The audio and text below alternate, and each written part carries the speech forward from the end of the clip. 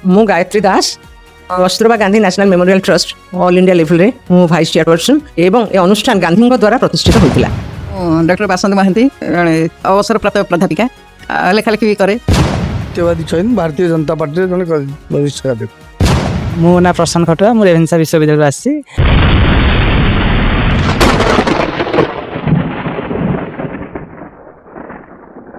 ମଧୁବାବୁଙ୍କ ସ୍ମୃତି ରଖିବା ପାଇଁ ଓଡ଼ିଶା ସରକାର ଅବଦାନ କ'ଣ ରହିବ? ଓଡ଼ିଶା ସରକାର ତ ଯାହା କିଛି ହେଉଛି କିଛି ସେମିତି, କିନ୍ତୁ ଯେଉଁ ପରିମାଣରେ ହେବା କଥା ସେତିକି ହଉଛି। ଏତେ ବଡ଼ ଏତେ ତ୍ୟାଗ ଏତେ ପରିଶ୍ରମ କରିକି ଓଡ଼ିଶାକୁ ତିଆରି କରିଥିଲେ, ଘର ଘର ଗାଁ ଗାଁ ବୁଲିକି ଓଡ଼ିଆମାନଙ୍କୁ ଏକାଠି କରିଥିଲେ, ଯେଉଁଥିପାଇଁ ଆଜିର ସରକାର ଓଡ଼ିଶାର ମୁଖ୍ୟମନ୍ତ୍ରୀ ହୁଅନ୍ତୁ, ଅଲଗା ଅଲଗା ମନ୍ତ୍ରୀ ଯେଉଁମାନେ ସବୁ ହେଉଛନ୍ତି, ଯେଉଁମାନେ ଗର୍ବ କରୁଛନ୍ତି କି ଆମେ ଓଡ଼ିଶାର ମୁଖ୍ୟମନ୍ତ୍ରୀ ଇଏ କହୁଛେ, ଓଡ଼ିଶାର ଶିକ୍ଷାମନ୍ତ୍ରୀ ସେ ସ୍ୱାସ୍ଥ୍ୟମନ୍ତ୍ରୀ କହୁଛନ୍ତି, କିନ୍ତୁ ଆଜି ଯାହା ଦୃଶ୍ୟମାନ ହେଲା, ଯାହା ପାଇଁ ଓଡ଼ିଶା ଥିଲା ତାଙ୍କ ନିଜ ଅନ୍ତରିଶାଳଟି ଆଜି ଅସୁରକ୍ଷିତ, କ'ଣ କହିବେ? ଯାହା ଆମେ ଅନ୍ତରିଶାଳ ଯେଉଁ ଘରଟି ବର୍ତ୍ତମାନ ଅଛି, ଆଜି ଯାହା ଆମେ ଦୃଶ୍ୟ ଦେଖିଲେ ଠିକ୍ରେ ସଫର ହୋଇପାରିନି ଆଜ୍ଞା। ବହୁତ ଦୁଃଖର ବିଷୟ, ଦେଖି ବହୁତ ଦୁଃଖ ଲାଗିଲା।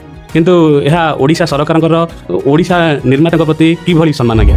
ମଧୁସୂଦନ ଦାସ ଯେଉଁ ସ୍ୱାଭିମାନରେ ଓଡ଼ିଶା ତିଆରି କରିଥିଲେ, ଆଜି ସେ ସ୍ୱାଭିମାନ ଅଛି? ସ୍ୱାଧୀନ ନାହିଁ, ଆଦୌ ନାହାନ୍ତି। ଏବେ ଯେଉଁମାନେ ଅଛନ୍ତି ଗୋଟେ ମିଛ ଅସ୍ମିତା ଯେଉଁ କହୁଛନ୍ତି, ଗୋଟେ ମିଛ ଅସ୍ମିତା, ଗୋଟେ ମିଛ ଅହମିକା। ଆଉ ସେ ଯେଉଁ ସ୍ୱାଭିମାନ କଥା ଯାହା କହୁଥିଲେ, ସେ ସ୍ୱାଭିମାନ ହେଉଛି ମଣିଷ ନିଜେ କୌଣସି ପରିସ୍ଥିତିରେ ଅନ୍ୟ ପାଖରେ ହାତ ପତେଇବନି, ଅନ୍ୟ ପାଖରେ ମୁଣ୍ଡ ନୁଆଇବନି, ଆଉ ସଦା ସର୍ବଦା ପାରୁ ପର୍ଯ୍ୟନ୍ତ ଅନ୍ୟକୁ କିଛି ସାହାଯ୍ୟ କରିବ। ସେ ସ୍ୱାଭିମାନ ଆଜି କୁଆଡ଼େ ଗଲା? ସ୍ୱାଭିମାନ ଅଛି, ଆସ୍ତେ ଆସ୍ତେ ହେବ। ଏବଂ ଯଦି ଆପଣମାନଙ୍କ ମତରେ ଭାବୁଛନ୍ତି ନାହିଁ, ସେ କଥା ନୁହେଁ। ସ୍ୱାଭିମାନ ଅଛି, ସମସ୍ତ ଜାଗାର ବିକାଶ ହେବ। ଆମେ ଚାହିଁବା ମଧୁବାବୁଙ୍କର ଯେଉଁ ସ୍ୱପ୍ନ ତାକୁ ପୂରଣ କରିବାକୁ ସମସ୍ତେ ଚେଷ୍ଟା କରୁଛନ୍ତି, ଆମେ ବି ଚେଷ୍ଟା କରିବା। ମଧୁବାବୁ ଖାଲି ସ୍ୱାଭିମାନୀ ନୁହଁ, ସେ ଅଞ୍ଚଳ ପାଇଁ, ଇଏ ଦେଶ ପାଇଁ କହିବାକୁ ଗଲେ ଜଣେ ବଦାନ୍ୟ ବ୍ୟକ୍ତି ଥିଲେ। ତାଙ୍କର ମନ ଭିତରେ ମାନବ ସେବା ହିଁ ମାଧବ ସେବା ହିସାବରେ ସେ ବ୍ରତ ହିସାବରେ ପାଳନ କରୁଥିଲେ।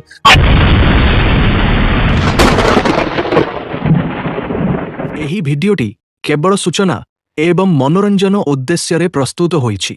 ଭିଡିଓଟିରେ ରହିଥିବା ମତାମତ ସମ୍ପୂର୍ଣ୍ଣ ନିଜସ୍। ଏହି ବିଷୟବସ୍ତୁ ବ୍ୟବହାରରୁ ହେଉଥିବା କୌଣସି ପ୍ରତ୍ୟକ୍ଷ, ପରୋକ୍ଷ, ଆକସ୍ମିକ କିମ୍ବା ପରିଣାମ ସ୍ୱରୂପ କ୍ଷତି ପାଇଁ ମୋ ମତରେ ଚ୍ୟାନେଲ, କର୍ମଚାରୀ କିମ୍ବା କର୍ତ୍ତୃପକ୍ଷ ଦାୟୀ ରହିବେ ନାହିଁ। ଦର୍ଶକମାନେ ନିଜ ବିବେକ ଏବଂ ସକାରାତ୍ମକ ଚିନ୍ତାଧାରାରେ ଗ୍ରହଣ କରିବାକୁ ବିଶେଷ ଅନୁରୋଧ। ଧନ୍ୟବାଦ। ନମସ୍କାର ଦର୍ଶକ ବନ୍ଧୁ, ମୁଁ ବହୁତ ସ୍ୱାଗତ କରୁଛି ଆମ ସମସ୍ତଙ୍କର ନିଜର ପବ୍ଲିକ ଓପିନିଅନ ଚ୍ୟାନେଲ ମୋ ମତରେ। ଦର୍ଶକ ବନ୍ଧୁ, ମୁଁ ଆଜି ଆସି ପହଞ୍ଚିଛି ଆମ ଓଡ଼ିଶାର ସ୍ରଷ୍ଟା ଯାହାକୁ କହିବା ମଧୁସୂଦନ ଦାସ ତାଙ୍କ ଜନ୍ମପୀଠରେ। ଆଜି ହେଉଛି ତାଙ୍କ ଜନ୍ମତିଥି। ଏହା ଅବସରରେ ଏଠି ବହୁତ ଲୋକ ଉପସ୍ଥିତ ଅଛନ୍ତି ଏବଂ ଆଜି ଜାଣିବା ସେଇ ପ୍ରବାଦ ପୁରୁଷଙ୍କ ବିଷୟରେ ଯିଏ ଆମ ଓଡ଼ିଶାକୁ ତିଆରି କରିଥିଲେ, ଯାହା ପାଇଁ ଆମେ ନିଜେ ଗର୍ବରେ କହୁଛେ ଯେ ଆମେ ଓଡ଼ିଆ ଆଉ ସବୁଠୁ ବଢ଼ିଆ। କ'ଣ କହୁଛନ୍ତି ଦର୍ଶକ ବନ୍ଧୁ? ଦେଖନ୍ତୁ ପଛପଟେ ତାଙ୍କ ପ୍ରତିମା ବି ଲାଗିଛି। ଆଜି ତାଙ୍କ ଜନ୍ମତିଥିରେ ଯେମିତିକି ଆମେ ଦେଖୁଛେ ପ୍ରତ୍ୟେକ ପ୍ରବାଦ ପୁରୁଷ ଯେଉଁମାନେ ରହିଲେ ମହାପୁରୁଷ, ସେମାନଙ୍କର ଜନ୍ମତିଥିକୁ କିଭଳି ପାଳନ କରାଯାଉଛି ଏବଂ ଆଜି ଏହି ପବିତ୍ର ଦିବସରେ ମଧୁସୂଦନ ଦାସଙ୍କ ଜନ୍ମ ଦିବସକୁ କିଭଳି ପାଳନ କରାଯାଉଛି। ମୁଁ ଆଜି ପହଞ୍ଚି ସାରିଛି ମଧୁସୂଦନ ଦାସଙ୍କର ପବିତ୍ର ଜନ୍ମମାଟି କଟକ ଜିଲ୍ଲା ସ୍ଥିତ ସାଲେପୁର ଅଞ୍ଚଳର ସତୀଜଗନ୍ନାଥପୁର ଗ୍ରାମରେ।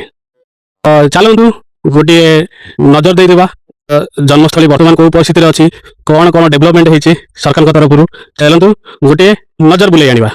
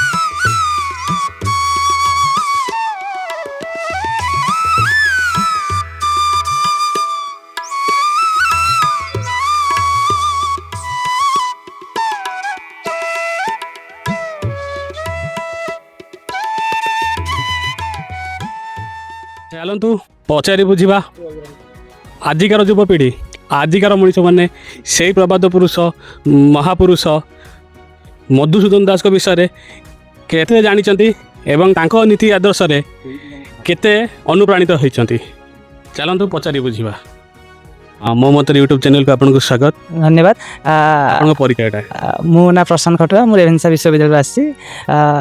ମୁଁ ତ କେବେ ଆଜି ଆସିନଥିଲି, ଦେଖୁଥିଲି ବହୁତ ଦିନ ଆଶା ଥିଲା ଆସିବି ବୋଲି। ଆଜି ତାଙ୍କ ଜନ୍ମଦିନ, ପବିତ୍ର ଜନ୍ମଦିନ ଉପଲକ୍ଷେ ମୁଁ ଆସିଛି ଦେଖିବା ପାଇଁ। ଆଜି ଫାର୍ଷ୍ଟ ଟାଇମ୍ ଆସିଛନ୍ତି। ଏ ପରିବେଶ ଏ ଯେଉଁ ଇଏ ଦେଖିକି ଆପଣଙ୍କୁ କେମିତି ଲାଗେ? ବହୁତ ଆନନ୍ଦ ଲାଗିଲା। ଯେତେବେଳେ ମୁଁ ପ୍ରବେଶ କଲି ତା ଗେଟ୍ ଆରମ୍ଭରୁ, ସେ ଗେଟ୍ ପାଖରୁ ହିଁ ସେଇ ଗାଁ ମନ ହୋଇ ଦେଇଥିଲା। ଏଇ ଗାଁରୁ ହିଁ ଏତେ ବଡ଼ ବରପୁତ୍ର ଜନ୍ମେଇଛନ୍ତି, ଆମେ ଦେଖିକି ଉଲ୍ଲାସିତ ହେବା କଥା। ମଧୁସୂଦନ ଦାସଙ୍କ ବିଷୟରେ କିଛି ଜାଣିଛନ୍ତି? ବୋଧେ କହିବି। ମଧୁସୂଦନ ଦାସ ବହୁତ ପରିଚିତ ଲୋକ, ସମସ୍ତେ ଜାଣିଛେ। ତେଣୁ ସେଇ କଥାକୁ ମୁଁ ଦୋହରାଇବା ପାଇଁ ଚାହେଁନି। ତେଣୁ ତାଙ୍କ ଜନ୍ମ ଉତ୍ସବ ଏତିକି 1948 ମସିହା ଏପ୍ରିଲ 28 ତାରିଖ ହୁଏ। ଏଇ ଶତାବ୍ଦୀ ଜନ୍ମଗ୍ରହଣ କରିଛନ୍ତି। ତାଙ୍କ ଇତିହାସ ବହୁତ କିଛି। ସେ ଆମ ପାଇଁ କ'ଣ କରିଥିଲେ, କାହିଁକି ତାଙ୍କୁ ଆମେ ମନେ ପକାଉ? ସେ ବୋଧେ ପ୍ରଥମ ବାରିଷ୍ଟର ଏବଂ ଉତ୍କଳ ସମ୍ମିଳନୀ ପ୍ରତିଷ୍ଠାତା ଥିଲେ। ଉତ୍କଳ ସମ୍ମିଳନୀ କ'ଣ ପାଇଁ ଗଠନ ହେଇଥିଲା? ଉତ୍କଳ ସମ୍ମିଳନୀ ଭାଷା ସାହିତ୍ୟ ସୁରକ୍ଷା ନିମନ୍ତେ ଉତ୍କଳ ସମ୍ମିଳନୀ ଗଠିତ ହୋଇଥିଲା। ତାର ମୁଖ୍ୟ ପୁରୋଧା ହେଉଛନ୍ତି ମଧୁସୂଦନ ଦାସ। ସେ ଆମ ଓଡ଼ିଶା ପାଇଁ କ'ଣ କରିଥିଲେ? ଓଡ଼ିଶା ପାଇଁ ତ ବହୁତ କିଛି। ଓଡ଼ିଶା ପ୍ରଦେଶ ଗଠନରେ ମଧୁସୂଦନ ଦାସଙ୍କ ଅବଦାନ କ'ଣ ଥିଲା? ଓଡ଼ିଶା ପ୍ରଦେଶ ଗଠନରେ ମଧୁବାବୁଙ୍କର ଅବଦାନ ଅତୁଳନୀୟ। ତେଣୁ ସେ ପ୍ରଥମ କରି ଯେଉଁ ଉତ୍କଳ ସମ୍ମିଳନୀ ଗଠନ କରିଥିଲେ, ଓଡ଼ିଶା ପ୍ରଦେଶକୁ ଗଠନ କରିଥିଲେ। ତାଙ୍କ ଯେଉଁ ଆଜି ଯେଉଁ ଆମେ ଆଧୁନିକ ଓଡ଼ିଶା ଦେଖୁଛେ, ତାର ମୁଖ୍ୟ ପୁରୋଧା ଥିଲେ ମଧୁସୂଦନ ଦାସ। ଆଜ୍ଞା। ଆମେ ହଉଛୁ ଗୋଟେ ସ୍ୱାଭିମାନୀ ଓଡ଼ିଆ, ସମସ୍ତେ କହୁଛେ। ସେ ମଧୁସୂଦନ ଦାସ ଯେଉଁ ସ୍ୱାଭିମାନରେ ଓଡ଼ିଶା ତିଆରି କରିଥିଲେ, ଆଜି ସେ ସ୍ୱାଭିମାନ ଅଛି? ସ୍ୱାଭିମାନ ନାହିଁ। କାହିଁକି ଅନୁଭବ ହେଲା ଆଜି ନାହିଁ? ଶୁଣନ୍ତୁ, ସତ୍ୟତା କହିଲେ ସ୍ୱାଭିମାନ ଆଜି ପ୍ରକୃତ ପ୍ରାୟତଃ ମଣିଷ ପାଖରେ ନାହିଁ।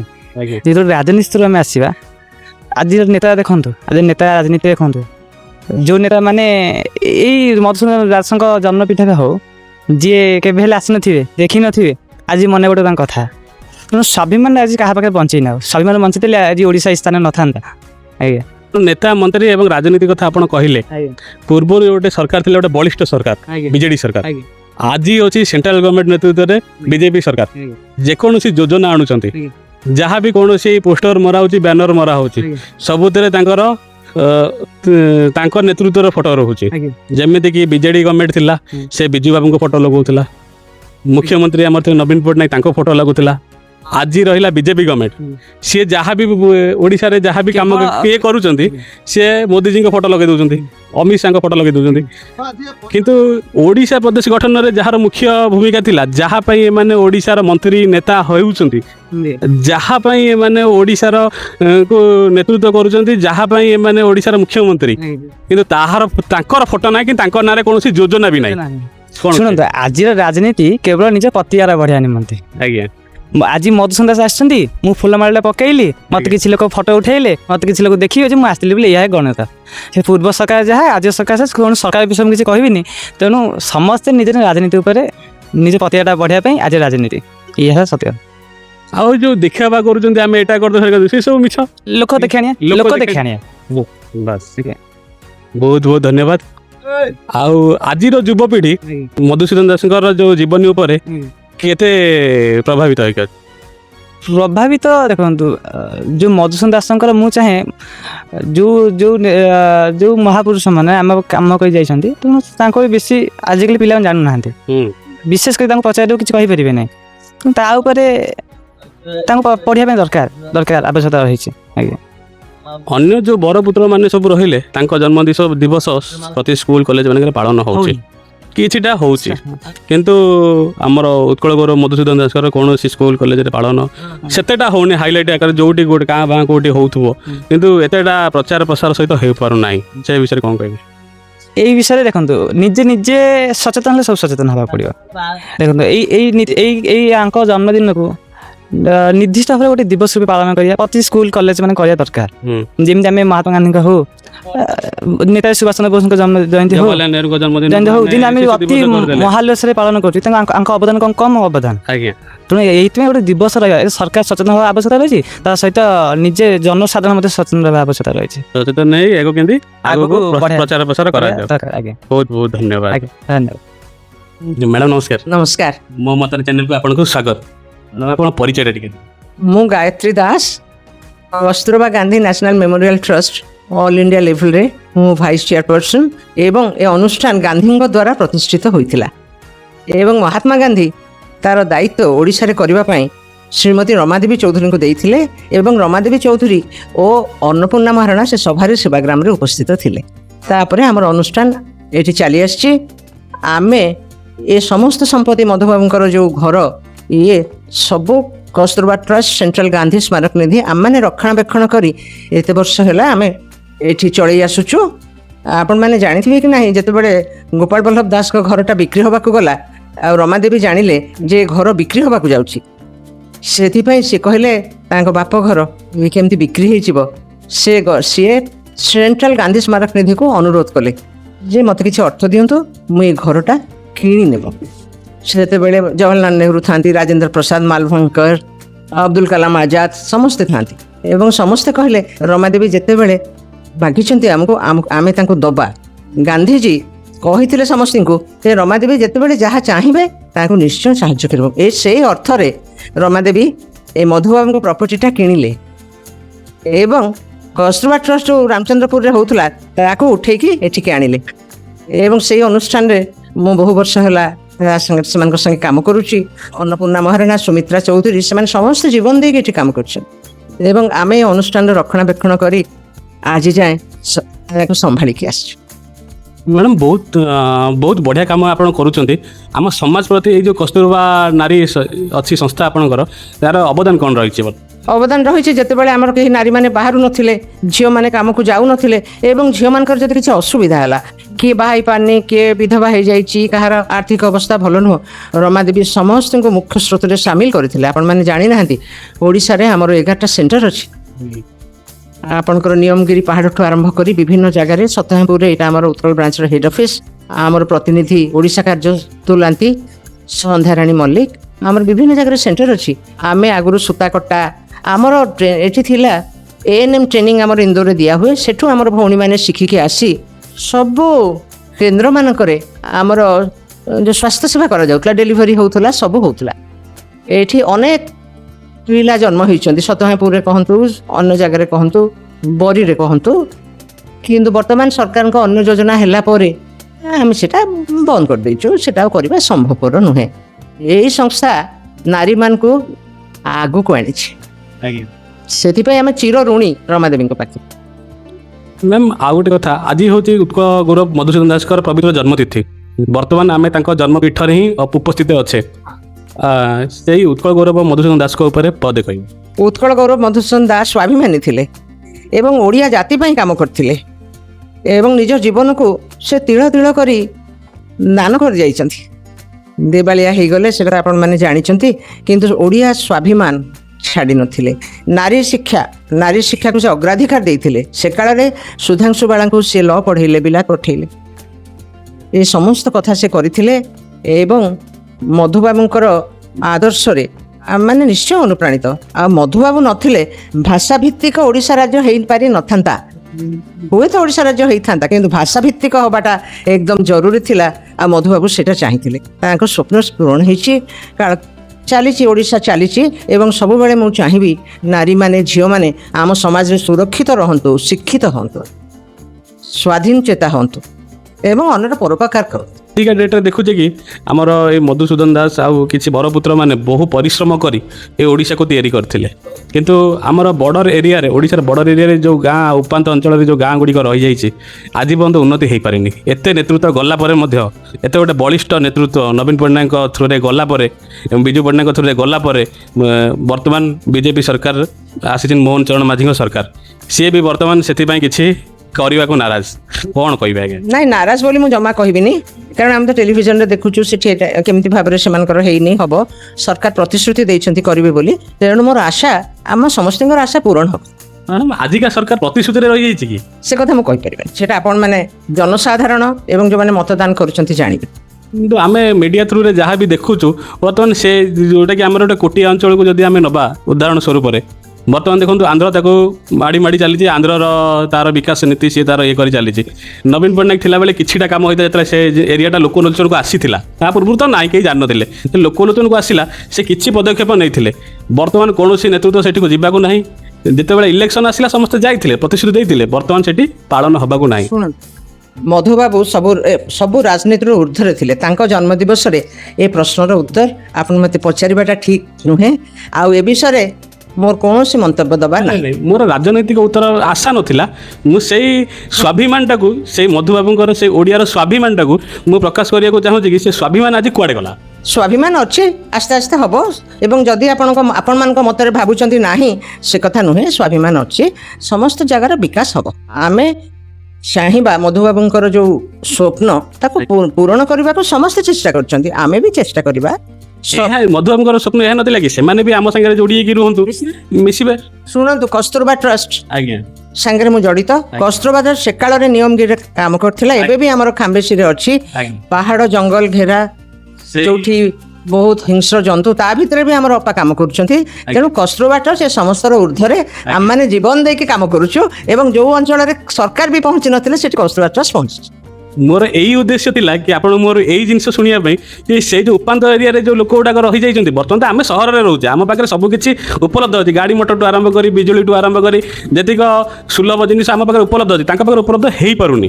କିନ୍ତୁ ସେଇ ଜିନିଷଟା ତାଙ୍କ ପାଖକୁ ଉପଲବ୍ଧ କରିବା, ସେଇ ସ୍ୱାଭିମାନ, ସେଇ ଯେଉଁଟାକି ଯେଉଁ ସ୍ୱପ୍ନଟାକି ଆମର ମଧୁସୂଦନ ଦାସ ସେତେବେଳେ ଦେଖିଥିଲେ, ତାକୁ ଏପର୍ଯ୍ୟନ୍ତ ଆମେ ସାକାର କରିପାରୁନି।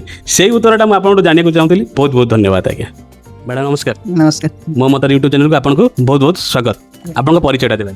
ମୁଁ ଡକ୍ଟର ବାସନ୍ତୀ ମହାନ୍ତି, ଜଣେ ଅବସରପ୍ରାପ୍ତ ପ୍ରାଧ୍ୟାପିକା, ଲେଖାଲେଖି ବି କରେ, ଓଡ଼ିଆରେ ଲେଖାଲେଖି କରେ। ଆଜି ଗୋଟେ ପୁଣ୍ୟତିଥିରେ ଆମେ ଏଠି ଏକାଠି ହେଇଛେ। ମଧୁସୂଦନ ଦାସଙ୍କର, ଉତ୍କଳ ଗୌରବ ମଧୁସୂଦନ ଦାସଙ୍କର ଆଜି ଜନ୍ମତିଥି। ତ ମଧୁସୂଦନ ଦାସଙ୍କ ବିଷୟରେ ପଦେ କହିବେ। ସିଏ ଆମର ଓଡ଼ିଶାର, ଯଦି ଆମେ ବର୍ତ୍ତମାନ ଯେଉଁଭଳି ରୂପ ଦେଖୁଛେ, ସେ ରୂପର ପ୍ରକୃତରେ ରୂପକାର ହେଉଛନ୍ତି ମଧୁବାବୁ। ଆଉ ମଧୁବାବୁ ଯଦି ନଥାନ୍ତେ, ଆମେ ଓଡ଼ିଶାର ଯେଉଁ ଅସ୍ତିତ୍ୱ ଆଜି ଦେଖୁଛେ, ବା ଆମେ ଆଜି ଅସ୍ମିତା କଥା କହୁଛେ, ସ୍ୱାଭିମାନ କଥା କହୁଛେ, ସେ ସବୁ ନଥାନ୍ତା। ଉତ୍କଳର ଯେଉଁ ଏକତ୍ରୀକରଣ କରି ଗୋଟେ ସ୍ୱତନ୍ତ୍ର ଭୂଖଣ୍ଡ ଦେବାରେ ତାଙ୍କର ଯେଉଁ ଅବଦାନ, ତା ସାଙ୍ଗେ ସାଙ୍ଗେ ଉତ୍କଳର ଆଭ୍ୟନ୍ତରୀଣ ଶିକ୍ଷା, ସ୍ୱାସ୍ଥ୍ୟ, କୃଷି, ଶିଳ୍ପ, ଏସବୁ ଅର୍ଥନୈତିକ କ୍ଷେତ୍ର, ଏସବୁ କ୍ଷେତ୍ରରେ କେମିତି ଓଡ଼ିଆ ମାନେ ନିଜର ଅସ୍ତିତ୍ୱ ବଜାୟ ରଖିବେ, ନିଜେ ଆତ୍ମନିର୍ଭରଶୀଳ ହେବେ। ଆଉ କହିବା ପାଇଁ ଗଲେ ସର୍ବାଙ୍ଗୀନ ଉନ୍ନତି ପାଇଁ ଚିନ୍ତା କେବଳ ଯଦି କରୁଥାନ୍ତି ଜଣେ କିଏ ବ୍ୟକ୍ତି, ସେ ହେଉଛନ୍ତି ମଧୁବାବୁ। ଆଉ ତାଙ୍କ ପାଇଁ ହିଁ ଆଜି ଓଡ଼ିଶା। ଆମେ ଗୋଟେ କଥା ଜାଣିଛେ, ଓଡ଼ିଆ ବହୁତ ସ୍ୱାଭିମାନୀ ଆଜ୍ଞା। ସ୍ୱାଭିମାନ ଆଞ୍ଚ ଆସିଲା ବୋଲି ମଧୁବାବୁ ନିଜେ ଦରିଦ୍ର ହେଇ ଏକ୍ସପାୟାର କରିଗଲେ ପଛେ ଆଧୁନିକତାକୁ ଆପଣେଇ ନେଇଥିଲେ। କିନ୍ତୁ ଆଜିକା ଡେଟ୍ରେ ଯୁବପିଢ଼ିମାନେ କ'ଣ ତାଙ୍କରି ପଥରେ ଅଛନ୍ତି ଆଜ୍ଞା? ଆଦୌ ନାହାନ୍ତି। ଏବେ ଯେଉଁମାନେ ଅଛନ୍ତି, ଗୋଟେ ମିଛ ଅସ୍ମିତା ଯେଉଁ କହୁଛନ୍ତି, ଗୋଟେ ମିଛ ଅସ୍ମିତା, ଗୋଟେ ମିଛ ଅହମିକା। ଆଉ ସେ ଯେଉଁ ସ୍ୱାଭିମାନ କଥା ଯାହା କହୁଥିଲେ, ସେ ସ୍ୱାଭିମାନ ହେଉଛି ମଣିଷ ନିଜେ କୌଣସି ପରିସ୍ଥିତିରେ ଅନ୍ୟ ପାଖରେ ହାତ ପତେଇବନି, ଅନ୍ୟ ପାଖରେ ମୁଣ୍ଡ ନୁଆଇବନି, ଆଉ ସଦା ସର୍ବଦା ପାରୁ ପର୍ଯ୍ୟନ୍ତ ଅନ୍ୟକୁ କିଛି ସାହାଯ୍ୟ କରିବ। ନିଜେ ପଛେ ଦେବାଳିଆ ହେଇଯାଉ, ଯାହା ଆମେ ଦେଖିଲେ ମଧୁବାବୁଙ୍କ କ୍ଷେତ୍ରରେ ନିଜେ ଦେବାଳିଆ ହେଇଗଲେ, କିନ୍ତୁ ଓଡ଼ିଶାର ମାନ ମର୍ଯ୍ୟାଦା କେବେ ତଳେ ପକାଇ ନାହାନ୍ତି, ନିଜେ କାହା ପାଖରେ ମୁଣ୍ଡ ନୁଆଇ ନାହାନ୍ତି। କିନ୍ତୁ ଆଜି ତ ସମସ୍ତେ ସ୍ୱାର୍ଥକୁ, ସେ ଯେଉଁ ଗୋଟେ ପଦ କହିଛନ୍ତି ତାଙ୍କର କବିତାରେ, ସ୍ୱାର୍ଥକୁ ଯେଉଁ ସମ୍ବଳ କରିକି ହିଁ ଆମେ ବଞ୍ଚିଛୁ। ଆଉ ସେ ତୋଷାମଦ ପ୍ରବୃତ୍ତି ହେଉଛି, ଏବେ ଆମେ ସେଇ ତୋଷାମଦ ପ୍ରବୃତ୍ତି ସଦସ୍ୟ ହେଇକି ବଞ୍ଚିଛୁ। ଅନ୍ୟମାନଙ୍କୁ ତୋଷାମଦ କରି କେମିତି ସ୍ୱାର୍ଥ ହାସଲ କରିବୁ, ଆଉ ଦେଶ ସେବା ନାଁରେ ଦେଶକୁ କେମିତି ଝୁଣି ଝୁଣି ଖାଇଦେବୁ, ସେଇଟା ହେଉଛି ଆଜିର ଉଦ୍ଦେଶ୍ୟ। ତାଙ୍କର ଯାହା ସ୍ୱାଭିମାନର ଯାହା ଲକ୍ଷ୍ୟ ଥିଲା, ସେ ଯାହାକୁ ସ୍ୱାଭିମାନୀ କହୁଥିଲେ, ଯେଉଁ ଅର୍ଥରେ, ସେ ସ୍ୱାଭିମାନର ଅର୍ଥ ଆଜିକାଲି ଓଡ଼ିଆ ଆଦୌ ବୁଝି ନାହାନ୍ତି। ସମ୍ପୂର୍ଣ୍ଣ ଭାବରେ ଗୋଟେ ମିଛ ଜୀବନ ବଞ୍ଚୁଛନ୍ତି। ଆଜିକା ଡେଟ୍ରେ ଦେଖାଯାଉଛି, ସେତେବେଳେ ମଧୁସୂଦନ ଦାସ ଯେଉଁ ଓଡ଼ିଶା ତିଆରି କରିଥିଲେ, ଓଡ଼ିଶାକୁ ନେଇକି ତାଙ୍କର କିଛି ସ୍ୱପ୍ନ ଥିବ, ଆଜି କ'ଣ ସେଇଟା ସାକାର ହେଇଛି? ବର୍ତ୍ତମାନ ତାଙ୍କର ତ ବହୁତ ସ୍ୱପ୍ନ ଥିଲା। ସେଇ ସ୍ୱପ୍ନ ଭିତରେ ଗୋଟେ ସ୍ୱପ୍ନ ଥିଲା, ଯେଉଁ ଶିଳ୍ପର ଉନ୍ନତି, ସ୍ୱାସ୍ଥ୍ୟର ଉନ୍ନତି, ଶିକ୍ଷାର ଉନ୍ନତି, ନାରୀ ଶିକ୍ଷା, ନାରୀମାନଙ୍କୁ ଉପଯୁକ୍ତ ଶିକ୍ଷା ଦିଆଯିବ। ଆଉ ବିଶେଷତଃ ଓଡ଼ିଶାର ଯାହା କଳା, ତାର ଯାହା କୌଶଳ, ଏଗୁଡ଼ାକ କେମିତି ବିଶ୍ୱ ଦରବାରକୁ ଯିବ, ସେଇଟା ଥିଲା ତାଙ୍କର ମୁଖ୍ୟ ଉଦ୍ଦେଶ୍ୟ। କିନ୍ତୁ ଆଜିକାଲି ତ ସବୁ ଆମର ଖଣି ଖାଦାନ, ସେ ଯାହା କିଛି ସବୁ କଞ୍ଚାରେ ଚାଲିଯାଉଛି ବାହାରକୁ। ବିସ୍ଥାପନ ସମସ୍ୟା ଯେଉଁ ହେଉଛି, ଆମର କଞ୍ଚାମାଲ ନେଇକି ସେମାନେ ତାଙ୍କ ଦେଶରେ ପ୍ରଡକ୍ଟ ହେଇକି ଆମ ଦେଶକୁ ଆସୁଛି, କିନ୍ତୁ ସିଏ ସେଇଟା ଚାହୁଁନଥିଲେ। ଯେମିତି ଉତ୍କଳ ଟ୍ୟାନେରୀଟାକୁ ଏମିତି ଯେଉଁ ସ୍ଥିତି ଆସିଲା, ବିକ୍ରି ହେବା ପାଇଁ ଯେତେବେଳେ ଆସିଲା, ସିଏ କହିଲେ ଯଦି ସେ ଉତ୍କଳ ଟ୍ୟାନେରୀର ନାଁ ଉତ୍କଳ ଟ୍ୟାନେରୀ ହେଇକି ରହିବ, ତାହେଲେ ମୁଁ ସେଇଟା ବିକିବି। କିନ୍ତୁ ତାକୁ ଯଦି କୌଣସି ଓଡ଼ିଆ ବି ନେବ, ତାହେଲେ ମୁଁ ସେଇଟା ବିକିବି, ନହେଲେ ମୋର ସେଇଟା ନଷ୍ଟ ହେଇଯାଉ, ମୁଁ ଏତେ ଦେବାଳିଆ ହେଇଯାଏ ସିନା, ମୁଁ ସେ ଚ୍ୟାନେଲ କାହାକୁ ଦେବିନି। ସେୟା ହିଁ ହେଲା, ସେ ସ୍ୱାଭିମାନ ରକ୍ଷା କଲେ। ଆଉ ଅଣ ଓଡ଼ିଆକୁ ଦେଲେ ନାହିଁ କି ଉତ୍କଳ ଚ୍ୟାନେଲର ନାଁ ଯେ ଅନ୍ୟ କେଉଁ ବ୍ରାଣ୍ଡରେ ରହିବ ସେ କଥା ସେ କରିବା ପାଇଁ ଦେଲେ ନାହିଁ। ତେଣୁ ଆଜିକାଲି ତ ନିଜକୁ ବି ବିକି ଦେଉଛନ୍ତି, ନିଜ ମାଟିକି ବିକି ଦେଉଛନ୍ତି, ନିଜ ସବୁତକ ଆମେ ଯାହା ଦେଖୁଛେ ଆମ ଦେଶର ହଉ କି ଆମ ରାଜ୍ୟର ହଉ ପ୍ରାଇଭେଟାଇଜେସନ ହେଇଯାଉଛି, ଘରୋଇକରଣ ହେଇଯାଉଛି। ଆମରି ଜାଗାରେ ଆମେ ଦାଦନ ଖଟିଲା ଭଳିଆ ହିଁ କରୁଛେ। ଏଇଭଳି ସ୍ଥିତି। ମଧୁବାବୁଙ୍କର ସ୍ୱପ୍ନ ଆମେ କୌଣସି ପରିସ୍ଥିତିରେ ସଫଳ କଲା ଭଳିଆ ମୁଁ ତ ଅନୁଭବ କରିପାରୁନି। ଆଜି ଯେଉଁ ପରିସ୍ଥିତି ଅଛି, ଯୁବପିଢ଼ିଙ୍କ ହାତରେ ଶାସନ, ଗୋଟିଏ ଶାସନ ଆମର ପୂର୍ବରୁ ଥିଲା ବଳିଷ୍ଠ ଶାସନ, ସିଏ ବି ସେଇ ଭୁଲ କରିଥିଲେ, ବିଦେଶୀଙ୍କ ହାତରେ ଟେକିବାକୁ ଚାଲୁଥିଲେ। ତାକୁ ଦେଖିକି ଆମ ସ୍ୱାଭିମାନୀ ଓଡ଼ିଶା ତାଙ୍କୁ ଗାଦିଚ୍ୟୁତ କରିକି ସ୍ୱାଭିମାନ ଓଡ଼ିଆ ପାଇଁ ଗୋଟିଏ ସରକାରଙ୍କୁ ଆଣିଲେ। ବର୍ତ୍ତମାନ ଦେଖାଯାଉଛି, ବର୍ତ୍ତମାନ ଯେଉଁ ସରକାର ଆସିଲେ ସିଏ ବି ସେଇ ପରିସ୍ଥିତିରେ ସେଇ ମାର୍ଗରେ ପରିଚାଳିତ ହେଉଛନ୍ତି। ସିଏ ବି ଆମର ସେଣ୍ଟ୍ରାଲ ବିଜେପି ସରକାର ଅଛନ୍ତି, ତାଙ୍କ ଉପରେ ନିର୍ଭରଶୀଳ, ନିଜେ କିଛି ଡିସିସନ୍ ନେଇପାରୁନାହାନ୍ତି। ଏହା କ'ଣ ସେଇ ଆମେ ଯାହା ଚାହୁଁଥିଲେ, ଯେଉଁ ନେତୃତ୍ୱ ଚାହୁଁଥିଲେ, ଏହା କ'ଣ ସେଇ ନେତୃତ୍ୱ? ଆଜ୍ଞା, ସେ ନେତୃତ୍ୱ ରାଜନୀତି ଭିତରକୁ ମୁଁ ଯିବା ପାଇଁ ଚାହିଁବିନି। ଏଇଟା ରାଜନୈତିକ କୋଶ୍ଚିନ୍ ମୋର ନଥିଲା। ଆମର ମଧୁବାବୁଙ୍କର ଯେଉଁ ସ୍ୱାଭିମାନ ଥିଲା, ଓଡ଼ିଶାକୁ ନେଇକି ଯେଉଁ ଗର୍ବ ଥିଲା, ବର୍ତ୍ତମାନ ଏମାନେ ସେଇଟା ରକ୍ଷା କରିପାରିଛନ୍ତି କି ନାହିଁ ସେଇଟା ମୋ କୋଶ୍ଚିନ୍। ମଧୁବାବୁଙ୍କର ସ୍ୱପ୍ନ ପ୍ରକୃତରେ ଆଉ ତାଙ୍କ ସ୍ୱାଭିମାନ ସେ ସ୍ୱାଭିମାନ ଆଜିର ପିଲାମାନଙ୍କ ପାଖରେ ନାହିଁ। କାରଣ ସମସ୍ତେ ଅର୍ଥନୈତିକ କ୍ଷେତ୍ରଟାକୁ ସିଏ ଚାହୁଁଥିଲେ ଆମର ଓଡ଼ିଶା ଅର୍ଥନୈତିକ କ୍ଷେତ୍ରରେ ସ୍ୱାବଲମ୍ବନଶୀଳ ହଉ। କିନ୍ତୁ ଆମର ଆଜିକାର ପିଲା କ'ଣ କହୁଛନ୍ତି, ପାଠ ପଢ଼ି ସାରିଲେ ଆମେ ଓଡ଼ିଶା ପାଇଁ କି ଓଡ଼ିଆ ମାଟିରେ କିଛି ଆମେ କରିବୁନି, ଆମେ ହୁଏତ ଫରେନ୍ ପଳେଇବୁ, ନହେଲେ ବହୁରାଷ୍ଟ୍ରୀୟ କମ୍ପାନୀ ମାନଙ୍କରେ କାମ କରିବୁ, ଆମକୁ କେମିତି ବହୁତ ପଇସା ଆସିବ ସେ କଥା ସେ କହୁଥିଲେ। ମଧୁବାବୁ ଗୋଟେ କଥା କହିଥିଲେ ତାଙ୍କ ଜୀବନରେ, କଲିକତାର ୱେଷ୍ଟବେଙ୍ଗଲର ଯିଏ ପ୍ରଥମ ଗ୍ରାଜୁଏଟ୍, ସିଏ ପାଠ ପଢ଼ି ସାରିକି ତାଙ୍କ ପରିବାର ପାଇଁ ସେ କାମ କଲେ। କିନ୍ତୁ ସେ ନିଜେ ମଧୁବାବୁ ଥିଲେ ପ୍ରଥମ ଗ୍ରାଜୁଏଟ୍, କିନ୍ତୁ ମୁଁ ଚାକିରି ବାକିରି କିଛି ନ କରି ପଇସା ରୋଜଗାରର ପନ୍ଥା ନ କରିକି ମୁଁ ଦେଶ ପାଇଁ କାମ କରୁଛି। ଆଉ ସେମାନଙ୍କ ଭିତରେ ତାଙ୍କର ସ୍ୱାଭିମାନ, ଆମ ସ୍ୱାଭିମାନ ଭିତରେ ତଫାତ୍ ଦେଖନ୍ତୁ। ଆଉ ଆମେ ମଧୁବାବୁଙ୍କ ଭଳି ଜଣେ ବ୍ୟକ୍ତିତ୍ୱ ଆମେ ପାଇଥିଲୁ। ସିଏ ଆମକୁ କ'ଣ ଶିକ୍ଷା ଦେଇଥିଲେ? ସିଏ ମାଟି କଥା କହୁଥିଲେ, ଦେଶ କଥା କହୁଥିଲେ, ଅନ୍ୟମାନଙ୍କୁ ଆମେ କେତେ ସାହାଯ୍ୟ କରିପାରିବୁ ସେ କଥା କହୁଥିଲେ। ନିଜ ପରିବାର କଥା ବି ସେ ଗୁରୁତ୍ୱ ଦେଉନଥିଲେ। ନିଜ ପରିବାର ସହିତ ତାଙ୍କର ସ୍ତ୍ରୀ ମଲା ପରେ ସେ ଦ୍ୱିତୀୟ ବିବାହ କରିନାହାନ୍ତି, ଆପଣମାନେ ଜାଣିଛନ୍ତି, ଯାହାକୁ କନ୍ୟା ଭାବରେ ସେ ଗ୍ରହଣ କରିଥିଲେ। କିନ୍ତୁ ଆମେ ଆଜିକାଲି ଯେଉଁ ଯୁବପିଢ଼ି କେବଳ ଗୁଡ଼ାଏ ଅଧିକା ପ୍ୟାକେଜରେ କେଉଁଠି ଆମେ ଚାକିରି ପାଇବୁ, ଆଉ ଯେଉଁଠି ଚାକିରି ଆମେ ପାଇଲୁ ବିଶେଷ ସେଠିକାର ନାଗରିକତ୍ୱ ଗ୍ରହଣ କରିଦେଉଛନ୍ତି। ଆଉ ନିଜକୁ ଓଡ଼ିଆ କହିବା ପାଇଁ ମଧ୍ୟ ନିଜକୁ ସେ ଲଜ୍ଜା ଅନୁଭବ କରୁଛନ୍ତି। ଟିକେ ଓଡ଼ିଶା ମାଟି ନେଇଗଲେ ସେମାନେ ବଙ୍ଗାଳୀରେ କଥା ହେଉଛନ୍ତି, ନହେଲେ ହିନ୍ଦୀରେ କଥା ହେଉଛନ୍ତି, ନହେଲେ ଇଂଲିଶରେ କଥା ହେଉଛନ୍ତି। ଆକୁ କ'ଣ ଆମେ କହିବା ଓଡ଼ିଆର ଅସ୍ମିତା ନା ଓଡ଼ିଆର ସ୍ୱାଭିମାନ? ତେଣୁ ସ୍ୱାଭିମାନ ଯାହା ଏବେ ଆମେ ଅସ୍ମିତା ହେଉଛି, କିନ୍ତୁ ପ୍ରକୃତ ଅସ୍ମିତାର ଅର୍ଥ ଆମେ ଉପଯୋଗ କରିପାରୁନାହୁଁ। ଖାଲି କେବଳ ଗୋଟେ ରାଜନୈତିକ ସ୍ୱାର୍ଥ ହାସଲ କରିବା ପାଇଁ ସେ ଶବ୍ଦଟିର ପ୍ରୟୋଗ କରାହେଉଛି, ଯାହା ଅତିଶୟ ନିନ୍ଦନୀୟ। ମ୍ୟାଡ଼ାମ୍ ବହୁତ ବଢ଼ିଆ କଥା କହିଲେ କି ଆଜି ଆମେ ସେଇ ମଧୁବାବୁଙ୍କର ତାଙ୍କ ଚିନ୍ତାଧାରାରେ ଆଜି ଆମେ ନାହିଁ। ସେଇ ଚିନ୍ତାଧାରାକୁ ଆମେ ଫେରିବା ପାଇଁ କ'ଣ କରିବାକୁ ପଡ଼ିବ? ଫେରିବା ପାଇଁ ଆମକୁ ପରିଶ୍ରମ କରିବାକୁ ପଡ଼ିବ। ଆମେ ସ୍ୱାର୍ଥକୁ ତ୍ୟାଗ କରିବା। ପ୍ରଥମ କଥା ମାଟିକୁ ଭଲ ପାଇବା। ଆମେ ଯଦି ମାଟିକୁ ଭଲ ପାଇବା, ଆମ ଜାତିକୁ ଭଲ ପାଇବା, ତାହେଲେ ଆମେ କ'ଣ କରିବା? ଆମ ଭିତରୁ ହିଁ ପ୍ରେରଣା ଆସିବ। ଆମ ମାଟିକି ଭଲ ପାଉଥିବା ଲୋକମାନେ କ'ଣ କରିଥିଲେ, ଆମେ ନିଜ ସ୍ୱାର୍ଥକୁ ଛାଡ଼ିବା। ସ୍ୱାର୍ଥକୁ ଛାଡ଼ିକି ଯେତେବେଳେ ଆମେ ମାଟି ପାଇଁ କାମ କରିବା, ସେତେବେଳେ ଆମେ ଦେଖିବା ମାଟିଟା ଆମକୁ ଯେଉଁ କ'ଣ କଲେ ସେ ଉନ୍ନତି ହେବ, କେଉଁ ଦିଗଟାରେ ଆମେ ହାତ ମାରିବା, ସେଗୁଡ଼ା ଆପେ ଆପେ ଆମ ଭିତରୁ ପ୍ରେରଣା ଆସିବ। ସେ କୃଷି ହେଉ କି ଶିକ୍ଷା ହେଉ କି ଆମର ପରିବେଶ ସୁରକ୍ଷା ହେଉ କି ଆମର ଯେଉଁ ପ୍ରାକୃତିକ ସମ୍ପଦ ରହିଛି, ସେ ସମ୍ପଦକୁ କେମିତି ଆମେ ଠିକ୍ ଭାବରେ ଉପଯୋଗ କରିପାରିବା। ଆଉ ଯେଉଁ ଶକ୍ତି, ନାରୀ ଶକ୍ତି ହେଉ କି ଯୁବ ଶକ୍ତି ହେଉ, ଏମାନଙ୍କୁ ନେଇ କେମିତି ଆମର ମାଟିର ସେବା ପାଇଁ ବା ମାଟିକୁ ଆମେ ଉତ୍ତୀର୍ଣ୍ଣ କରିବା ପାଇଁ ଲୋକମାନଙ୍କର ସ୍ଥିତି ପରିସ୍ଥିତି ଆମେ ଯାହା ଦେଖୁଛେ ସମ୍ପୂର୍ଣ୍ଣ ଭାବରେ ଆଳସ୍ୟ ପରାୟଣ। କେବଳ ସରକାରୀ ସାହାଯ୍ୟ କିଛି ମିଳିଯିବ, ଆମେ ଟଙ୍କିକିଆ ଚାଉଳରେ ବଞ୍ଚିବୁ, 5 ଟଙ୍କିଆ ଆହାରରେ ବଞ୍ଚିବୁ, ଆମେ ଇନ୍ଦିରା ଆବାସ ସରକାର ଦେଲେ ଆମେ ବଞ୍ଚିବୁ। ଆଉ ଆମକୁ କିଛି ଯେକୌଣସି କ୍ଷେତ୍ରରେ ସରକାରୀ ସାହାଯ୍ୟକୁ ଯେଉଁ ଆମେ ନିର୍ଭର କରିଛେ, ସେଇ ଚିନ୍ତାଧାରାଟା, ସେଇ ମାନସିକତାଟା ଯେତେ ପର୍ଯ୍ୟନ୍ତ ଆମ ମନ ଭିତରୁ ଦୂରୀଭୂତ ହେଇନାହିଁ, ଆମେ ମାଟିର ଉନ୍ନତି କରିପାରିବା ନା, ଆମ ନିଜର ଉନ୍ନତି କରିପାରିବା ନା, ଆମ ସମାଜର ଉନ୍ନତି କରିପାରିବା ନା, ଆମର ଯେଉଁ ପୂର୍ବପୁରୁଷମାନେ ଯେଉଁ ସ୍ୱପ୍ନ ଦେଖିଥିଲେ ସେ ସ୍ୱପ୍ନକୁ ଆମେ ସାର୍ଥକ କରିପାରିବା। ତେଣୁ ନିହାତି ଦରକାର ପ୍ରଥମେ ଆମେ ମାଟିକୁ ଭଲ ପାଇବା, ଅତିଶୟ ଭଲ ପାଇବା, ଆମ ଦେଶକୁ ଭଲ ପାଇବା, ଆମ ଜାତିକୁ ଭଲ ପାଇବା, ତାହେଲେ ଯାଇକି ଆମେ ଯାହା କିଛି କରିପାରିବା। ଏଇଟା ହେଉଛି ମୋର ମତ। ଆଚ୍ଛା, ଆଜିକା ଡେଟ୍ରେ ଯାହା ବି ଦେଖାଯାଉଛି, ଆପଣ ଯେଉଁ ଭଲ କଥାଟେ କହିଲେ, ଯେଉଁ ଟଙ୍କିକିଆ ଚାଉଳ ନେଇ କଥାଟା ଆପଣ କହିଲେ, କିନ୍ତୁ ସେ ଯେଉଁ ଯୋଜନାଟା ହେଇଥିଲା, ସେ ଯୋଜନାର ଯେଉଁ ଦୁରୁପଯୋଗ ହେଇ ଆଜି ଆମେ ଏଇ ସ୍ଥିତିରେ ପହଞ୍ଚିଛେ। ହୁଏତ ମଧୁସୂଦନ ଦାସ ଥିଲେ ସେ ଯୋଜନାକୁ କେବେ ଆଣିନଥାନ୍ତେ, କିମ୍ବା ସେ ନିଜେ ସେ ଯୋଜନାକୁ ବିଦା କରିଦେଇଥାନ୍ତେ କି ନିଜେ ଆପଣେଇ ନେଇଥାନ୍ତେ। ଆଜିକା ଡେଟ୍ରେ ଦେଖାହେଉଛି ସେଇ ଟଙ୍କିକିଆ ଚାଉଳ ପାଇଁ ବର୍ତ୍ତମାନ ମାନେ ଆଜି ଭଲ ଭଲ ଲୋକମାନେ ଟଙ୍କିକିଆ ଚାଉଳ ପାଇଁ ସଂଘର୍ଷ କରୁଛନ୍ତି। କ'ଣ ଆଜ୍ଞା ଆମ ଜୀବନଟା ସେଇ ଟଙ୍କିକିଆ ଚାଉଳରେ ଚାଲିଯିବ? ନା ଆମେ ନିଜେ କିଛି ପରିଶ୍ରମ କରି ଉପାର୍ଜନ କରି ଓଡ଼ିଶାକୁ ଆଗକୁ ନେଇପାରିବା? ନା ଗୋଟେ ସମୟ ଥିଲା ଯେତେବେଳେ ଟଙ୍କିକିଆ ଚାଉଳର ଆବଶ୍ୟକତା ଥିଲା। ମଧୁବାବୁ ଯେଉଁ ସମୟର କଥା ମୁଁ କହିବି, ନଅଙ୍କ ଦୁର୍ଭିକ୍ଷ ପରଘଟଣା, ସେତେବେଳେ ମଣିଷ ସୁସ୍ଥ ସବଳ ହେଇକି ଆଉ ନଥିଲେ। ଯେଉଁ ବର୍ଷ ବର୍ଷ ଧରିକି ନଅଙ୍କ ଦୁର୍ଭିକ୍ଷ ଦ୍ୱାରା ଖାଦ୍ୟ ପଦାର୍ଥ ତାଙ୍କର ଲକ୍ଷ ଲକ୍ଷ ଲୋକ ବି ମରିଗଲେ ଗଭର୍ଣ୍ଣମେଣ୍ଟର ସେତେବେଳେ ଭୁଲ ନିଷ୍ପତ୍ତି ପାଇଁ। ସେଇ ଲୋକ ଗୁଡ଼ିକ କେମିତି ସୁସ୍ଥ ସବଳ ହେବେ ସେତେବେଳେ ଦରକାର ଥିଲା ଟଙ୍କିକିଆ ଚାଉଳ।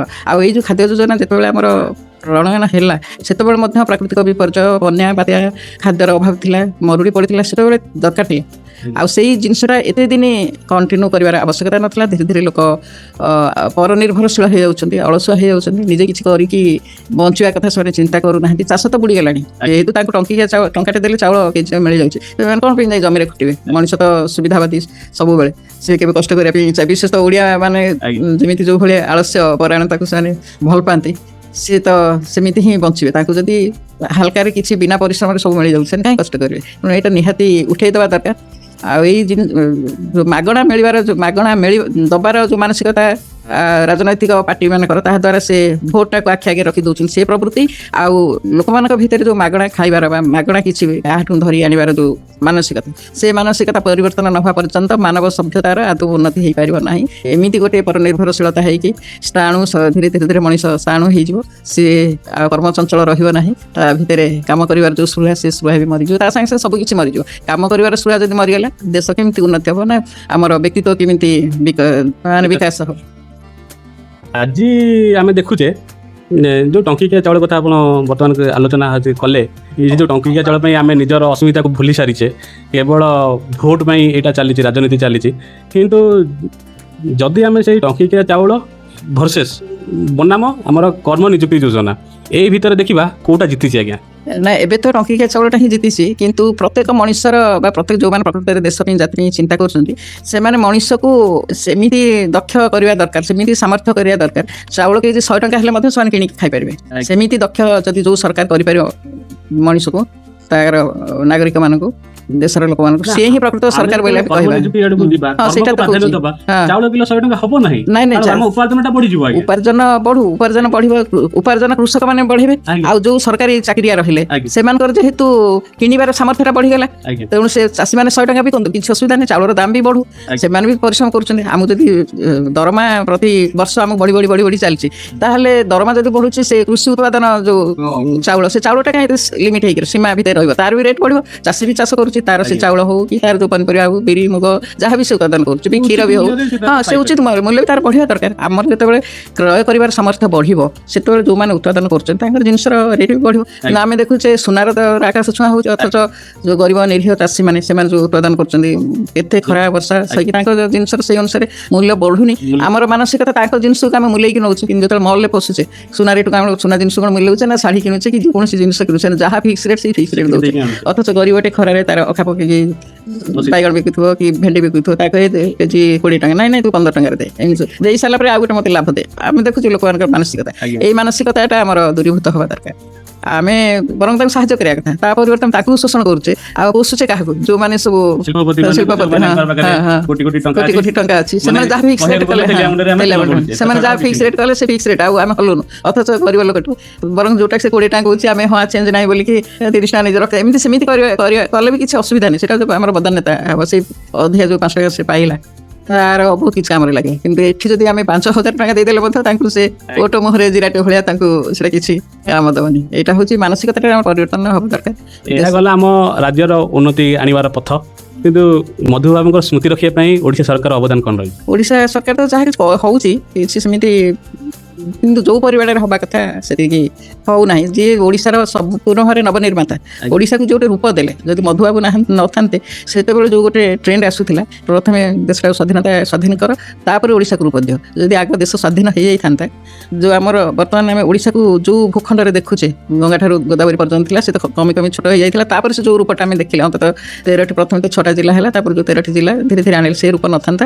ସିଏ ଯୋଉ ସେଇ ସମୟରେ ଯେମିତି ଗୋଟେ ଆର୍ଥିକ ଉନ୍ନତି ଆଣିବା ପାଇଁ ଚେଷ୍ଟା କଲେ, କୃଷିର ଉନ୍ନତି ଆଣିବା ପାଇଁ ଚେଷ୍ଟା କଲେ, ଶିଳ୍ପର ଉନ୍ନତି ଆଣିବା ପାଇଁ ଚେଷ୍ଟା କଲେ, ଶିକ୍ଷା ପାଇଁ ଶୈଳବାଳା ପ୍ରଥମ ଏଇ ସ୍କୁଲ ବସେଇଥିଲେ, ଯେଉଁ ବାଳିକା ସ୍କୁଲ, ନାରୀମାନଙ୍କ ପାଇଁ ଶିକ୍ଷା ପାଇଁ ଯେଉଁ ବ୍ୟବସ୍ଥା କଲେ, ସେଇଟା ହେବା ପାଇଁ ଆହୁରି ବୋଧେ 30 ବର୍ଷ ଚାଲି ଯାଇଥାନ୍ତା। ସରକାର କେବେ ଏସବୁ ଉନ୍ନତି କରିବା ପାଇଁ ଯେତିକି ଷ୍ଟେପ୍, ଯେତିକି ପଦକ୍ଷେପ ନେଇକି ମଧୁବାବୁ ପୁରା ନିଜର ଦିନ ରାତିକୁ ଏକାକାର କରିଦେଇଥିଲେ, କୌଣସି ସରକାର ସେମିତି ଦିନ ରାତି ଏକାକାର କରିନଥାନ୍ତେ। ହଁ, ତାରି ଉପରେ ମାନେ ଠିଆ ହେଇଛନ୍ତି। ହଁ, ତାରି ଉପରେ ମାନେ ଠିଆ ହେଇଛନ୍ତି।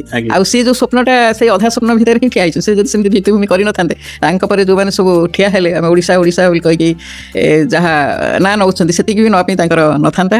ଗୋଟେ ଛୋଟିଆ ଭୂଖଣ୍ଡଟେ କଟକ ପୁରୀ ବାଲେଶ୍ୱରକୁ ନେଇକି ଥାନ୍ତା, ସେ ଗଞ୍ଜାମ ଜିଲ୍ଲା ମିଶି ଯାଇଥାନ୍ତା ସେପଟରେ ମାଡ୍ରାସ ପ୍ରୋଭିନ୍ସରେ, ଏପଟରେ ବାଲେଶ୍ୱରରୁ ଅଧା ମିଶି ଯାଇଥାନ୍ତା, ମେଦିନପୁର ତ କିଛି ପଳେଇଲା, ସମ୍ବଲପୁରଟା ମଧ୍ୟ ସେମିତି ସେପଟରେ ମିଶି ଯାଇଥାନ୍ତା। କିନ୍ତୁ ଇଏ ଲାଗି ପାତିକି ବହୁତ ପରିଶ୍ରମ କରି ନିଜେ ଏକୁଟିଆ ତ ଷ୍ଟେପ୍ ନେଇଛନ୍ତି। ସେତେବେଳେ ଯେଉଁ କୋଅପରେସନ୍ ତାଙ୍କ ପାଇଁ ଆସିଲା, ଆମର କୃଷ୍ଣଚନ୍ଦ୍ର ଗଜପତି ହୁଅନ୍ତୁ, ଆମର ପୂର୍ଣ୍ଣଚନ୍ଦ୍ର ଯେଉଁ ମର୍ଦ୍ଦରାଜ ହୁଅନ୍ତୁ, ରାମଚନ୍ଦ୍ର ମର୍ଦ୍ଦରାଜ ହୁଅନ୍ତୁ, ସେପଟରୁ ସମ୍ବଲପୁର ଅଞ୍ଚଳରୁ ବି ସମସ୍ତେ ଯେଉଁଭଳି ସବୁ ରାଜା ରାଜୁଡ଼ା ମାନେ ସାହାଯ୍ୟ କଲେ, ସେଇଟା ବହୁତ ବଡ଼ କଥା। ସମସ୍ତଙ୍କର ସହାୟତାରେ ହିଁ ସେ କରିଛନ୍ତି ଯେ ସେଠି ସହାୟତା ଆଣିବା ବା ସମସ୍ତଙ୍କୁ ସଂଗଠିତ କରି ତାଙ୍କୁ ଗୋଟିଏ ବନ୍ଧନ ଭିତରେ ରଖିବାଟା ମଧ୍ୟ ବହୁତ ବଡ଼ କଥା। ସେ ମଧୁବାବୁ ହିଁ ସେତିକି ପାରିଲେ, ଅନ୍ୟମାନେ ପାରିଥାନ୍ତି କି ନାହିଁ। ତାଙ୍କର ସେତିକି ବ୍ୟକ୍ତିତ୍ୱ ଦୃଢ଼ ଥିବାରୁ ବା ତାଙ୍କର ଯେଉଁ କଥା, ତାଙ୍କର ଯେଉଁ ସ୍ୱାଭିମାନ, ତାଙ୍କର ଯେଉଁ ଦେଶ ପ୍ରତି ନିଷ୍ଠା, ଏଗୁଡ଼ା ସବୁ ଥିବାରୁ ହିଁ ସେମାନେ ତାଙ୍କୁ ବିଶ୍ୱାସ କଲେ, ଭରସା କଲେ, ତାଙ୍କର ସାଥ ଦେଲେ। ଉତ୍କଳ ସମ୍ମିଳନୀ ହେଲା ଗୋଟେ ମାଧ୍ୟମ, ସେଇ ଉତ୍କଳ ସମ୍ମିଳନୀ ମାଧ୍ୟମରେ ଏତେ ବଡ଼ ସଫଳତା ଆମକୁ ମିଳିଲା।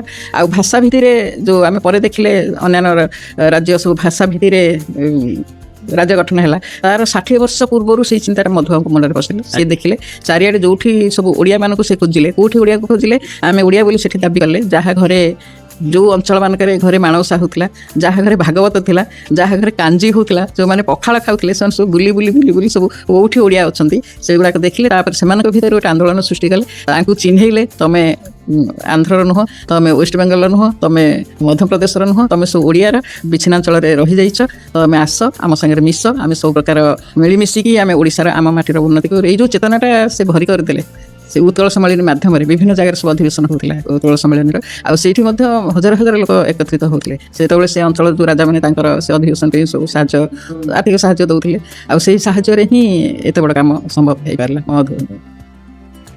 ଯେଉଁ ଏତେ ବଡ଼, ଏତେ ତ୍ୟାଗ, ଏତେ ପରିଶ୍ରମ କରିକି ଓଡ଼ିଶାକୁ ତିଆରି କରିଥିଲେ, ଘର ଘର ଗାଁ ଗାଁ ବୁଲିକି ଓଡ଼ିଆମାନଙ୍କୁ ଏକାଠି କରିଥିଲେ, ଯେଉଁଥିପାଇଁ ଆଜିର ସରକାର, ଓଡ଼ିଶାର ମୁଖ୍ୟମନ୍ତ୍ରୀ ହୁଅନ୍ତୁ, ଅଲଗା ଅଲଗା ମନ୍ତ୍ରୀ ଯେଉଁମାନେ ସବୁ ହେଉଛନ୍ତି, ଯେଉଁମାନେ ଗର୍ବ କରୁଛନ୍ତି କି ଆମେ ଓଡ଼ିଶାର ମୁଖ୍ୟମନ୍ତ୍ରୀ, ଇଏ କହୁଛେ ଓଡ଼ିଶାର ଶିକ୍ଷା ମନ୍ତ୍ରୀ, ସେ ସ୍ୱାସ୍ଥ୍ୟ ମନ୍ତ୍ରୀ କହୁଛନ୍ତି, କିନ୍ତୁ ଆଜି ଯାହା ଦୃଶ୍ୟମାନ ହେଲା, ଯାହା ପାଇଁ ଓଡ଼ିଶା ଥିଲା, ତାଙ୍କ ନିଜ ଅନ୍ତୁଡ଼ିଶାଳଟି ଆଜି ଅସୁରକ୍ଷିତ। କ'ଣ କହିବେ? ଯାହା ଆମେ ଏନ୍ତୁଡ଼ିଶାଳ ଯେଉଁ ଘରଟି ବର୍ତ୍ତମାନ ଅଛି, ଆଜି ଯାହା ଆମେ ଦୃଶ୍ୟ ଦେଖିଲେ ଠିକ୍ରେ ଛପର ହେଇପାରିନି ଆଜ୍ଞା। ବହୁତ ଦୁଃଖର ବିଷୟ, ଦେଖି ବହୁତ ଦୁଃଖ ଲାଗିଲା। କିନ୍ତୁ ଏହା ଓଡ଼ିଶା ସରକାରଙ୍କର, ଓଡ଼ିଶା ନିର୍ମାତାଙ୍କ ପ୍ରତି କିଭଳି ସମ୍ମାନ ଆଜ୍ଞା?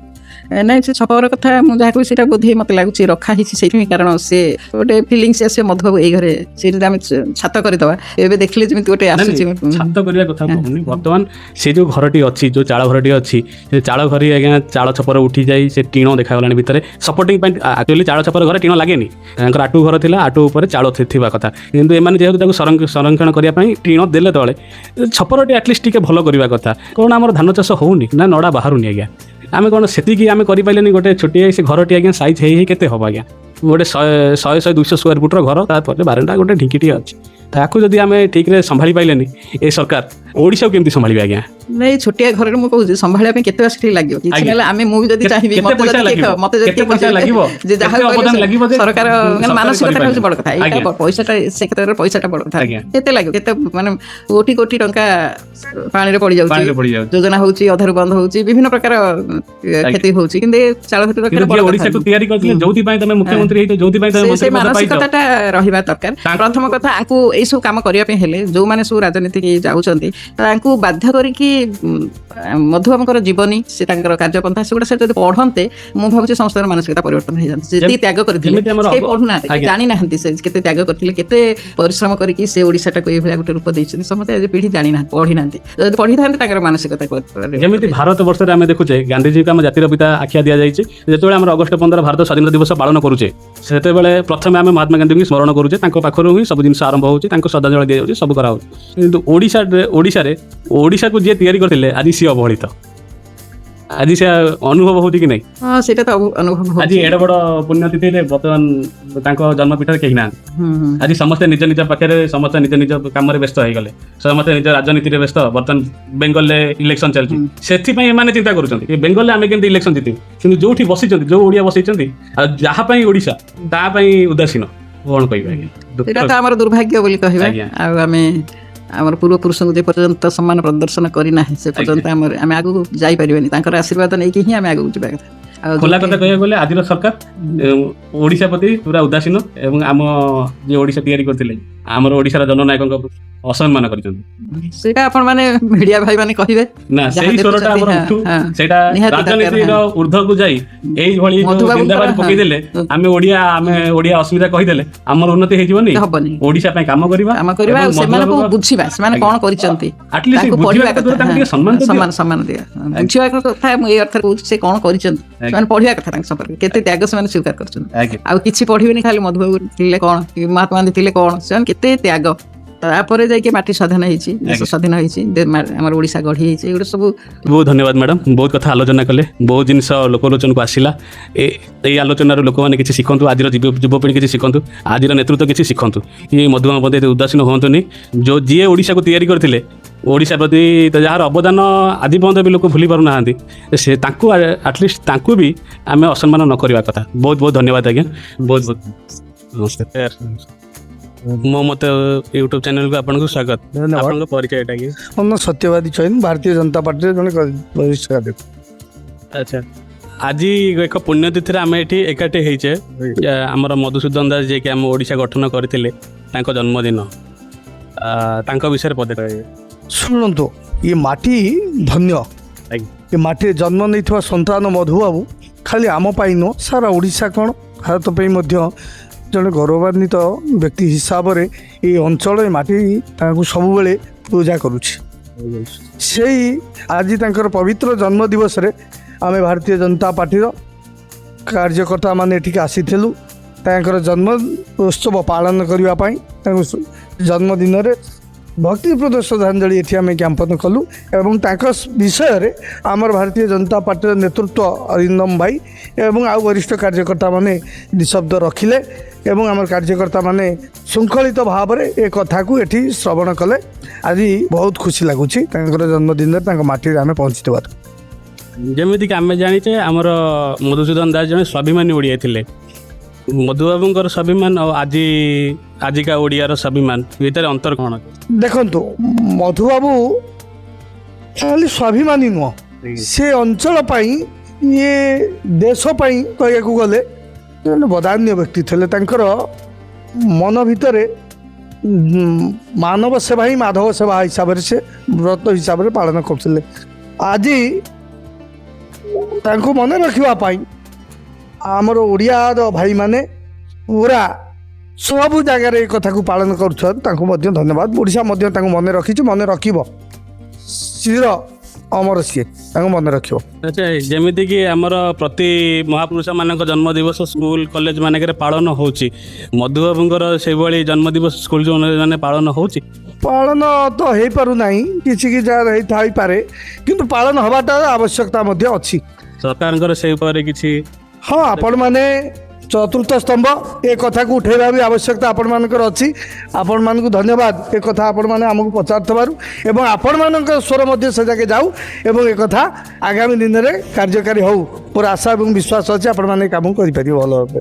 ସାର୍, ଆମେ ଆଜି ଦେଖିଲେ ଏଇଠି ଯେଉଁ ଉପସ୍ଥିତ ଥିଲେ ମଧୁବାବୁଙ୍କ ସ୍ମୃତିପୀଠ, ଏହା ପାଇଁ ସରକାରଙ୍କର ଅବଦାନ କ'ଣ ରହିଛି? ସରକାରଙ୍କ ଅବଦାନ ଅଛି ଆଜ୍ଞା, ଚାଲିଛି କାମ, ବର୍ତ୍ତମାନ ଚାଲିଛି। ସରକାର ଏ ପ୍ରତି ତ୍ୱରାନ୍ୱିତ ଅଛନ୍ତି, ମଧ୍ୟ ସଂସ୍କୃତି ବିଭାଗ ପୁରା ଧ୍ୟାନ ଦେଇଛି। ଆଗାମୀ ଦିନରେ ମଧ୍ୟ ଭାରତୀୟ ଜନତା ପାର୍ଟିର ସରକାର ଏଭଳି ଯୋଗଜନ୍ମା ବ୍ୟକ୍ତିଙ୍କ ପ୍ରତି ଧ୍ୟାନ ଦେଇ ତାଙ୍କର କର୍ତ୍ତବ୍ୟ ମଧ୍ୟ ଭାରତୀୟ ଜନତା ପାର୍ଟି ପାଳନ କରିବ। এই জায়গার প্রচার প্রসার কেমিতি হওয়া দরকার? হব, নিশ্চিন্ত হব। আগামী দিনের দেখবে, এবে কাম আরম্ভ হয়েছে, দেখবে যাহা তো প্রচার প্রসার অছি, এই সরকারের মধ্যে তাহা আহুরি ত্বরান্বিত হব, আগুক যাব, আগুক বহুত আগুক যাব। আগে দেখবে এটা আজি যদি আমি রিয়েলিটি দেখিবা, যে মধুবাবুଙ୍କ ଏନ୍ତୁଡ଼ିଶାଳଟି ଅଛି, ଚାଳ ଛପର ଘର, ଏହାକୁ ସପୋର୍ଟିଂ ପାଇଁ ଗୋଟେ ଟିଣ ଛପର ଉପରେ ଚାଳକୁ ଆମେ କରିଛେ।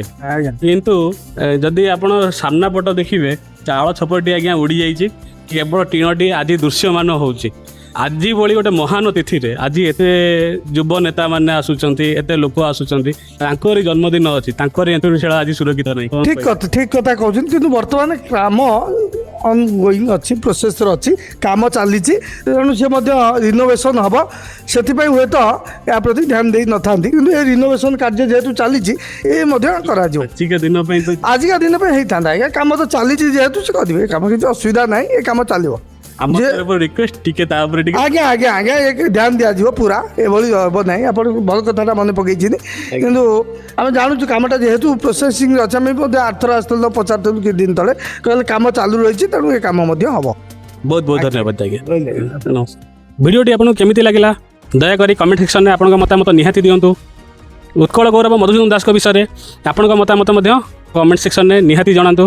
ଭିଡ଼ିଓଟି ଆପଣଙ୍କୁ କେମିତି ଲାଗିଲା ଆପଣ ନିଶ୍ଚୟ ଲେଖିବେ, ଏବଂ ଭିଡ଼ିଓଟି ଯଦି ଭଲ ଲାଗିଛି ଦୟାକରି ଭିଡ଼ିଓକୁ ଏକ ଲାଇକ୍ କରନ୍ତୁ, ଏବଂ ଭିଡ଼ିଓଟିକୁ ଆପଣଙ୍କର ଚିହ୍ନା ପରିଚୟରେ ସେୟାର କରିବାକୁ ଭୁଲନ୍ତୁ ନାହିଁ। ଆପଣଙ୍କ ସୋସିଆଲ ମିଡ଼ିଆରେ ନିହାତି ସେୟାର କରନ୍ତୁ, ଯାହାଫଳରେ କି ଆଜିର ଯୁବପିଢ଼ି ଏବଂ ଆଜିର ପିଲାମାନେ ଏହି ମହାନ ପ୍ରବାଦ ପୁରୁଷଙ୍କ ବିଷୟରେ ଜାଣିପାରିବେ, ଏବଂ ଜାଣିବେ ଯେ ଏହିଠାରେ ତାଙ୍କର ଏନ୍ତୁଡ଼ିଶାଳ ଆଜି ମଧ୍ୟ ଉପସ୍ଥିତ।